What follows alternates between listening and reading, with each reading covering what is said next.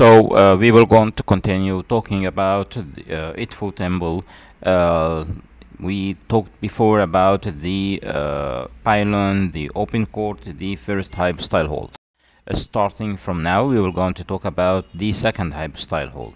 This hall had the same number of columns, 12 columns in the middle, supporting the roof on the top, and it's the same number of columns like those in the first hype style hall.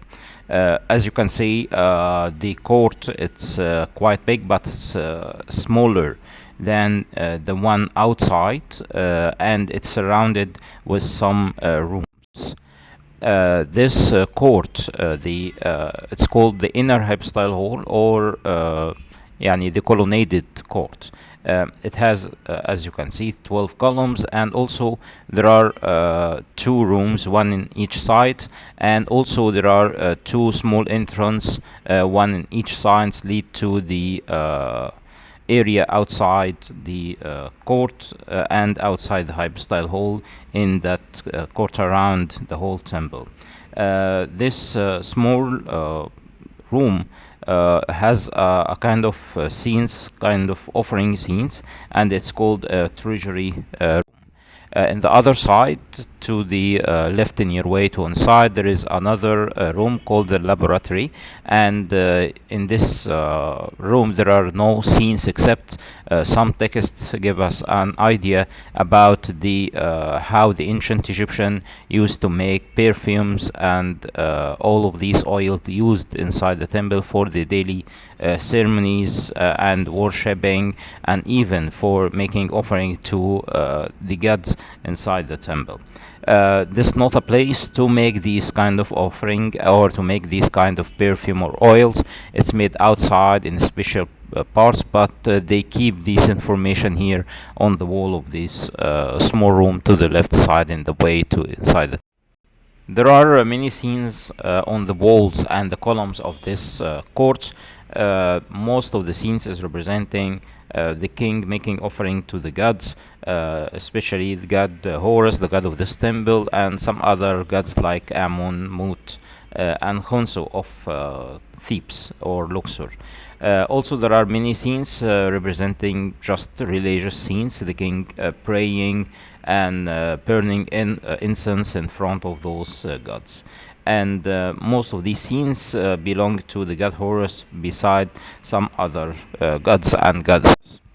Also on the both sides there are small entrances leads to the staircases which lead us to the roof of the temple, which is closed here. The only open other floor of temples, the only one open for the visitor is that one in Dondra temple to the north of here. Here are some scenes on the walls of the this hype style hall, and this one to the right side is representing the king holding this kind of a treasure or a necklace, give it as a gift to the god Horus, the god of this temple. On one of the columns we have this scene to the left, which is representing the king erected two obelisks in front of this temple, and actually we didn't find these obelisks. One of the most important scenes in this hype style hall, on the right and left side walls to the entrance to the inner part of the temple, we have this scene repeated on both sides. It's representing part of this ceremonies of the beautiful meeting and the sacred golden boat of the god Hathor, as it's represented here. In the other side we have the same scene with the sacred golden boat of the god Horus, and both on the head, on the shoulders of the king in the middle, who surrounded with number of priests in front and behind him. Now we will leave the second hype style hall and get to inside the two vestibules, which are roofed, and the roof is supported without any columns. We have two vestibules. The first one is used to preparing the offering that will go into put inside the sanctuary in front of the sacred boat and the sacred statue of the god. And the second vestibules, which is very important one, and here they prepare the offering in front of, put it inside, and also only the high priest who can work here in this area, and only the high priest who can get inside the sanctuary to make this offering each day or during the feasts. In this vestibule, we have two rooms on the sides. The one in front of you is to the left in your way to inside, and this one is dedicated to the god Amun, the god of sexual fertility, and the other one on the right side, it's dedicated to the goddess to the goddess Nut, the goddess of the sky, and it has a scene on the roof of this small room representing some zodiacal constellation and astronomical scene. We are now inside this room, which is dedicated to the god Amun. The sanctuary, which is the most important part of the temple and the very sacred part of the temple, sometimes we call it the Holy of the Holies, or the most important part in the temple. In this small shrine, which dated back to the king Nectanebo, the last king of the 30 dynasty, which is made of one piece of granite. They used to keep the golden statue of the god Horus. In front of it, there is a small shrine on which they take off that kind of statue from inside the shrine, put it here, clean its body each day, and make the offering in front of it. This model of pot, it's made by Mr. Marit, who discovered the temple dating back to 1865, and he made it try to imitate these pots on the walls, which used in ancient time, made of gold, to use it to transport the sacred small golden pot and the sacred statue of the god Horus to Tundra, and in the way back from Tundra to here.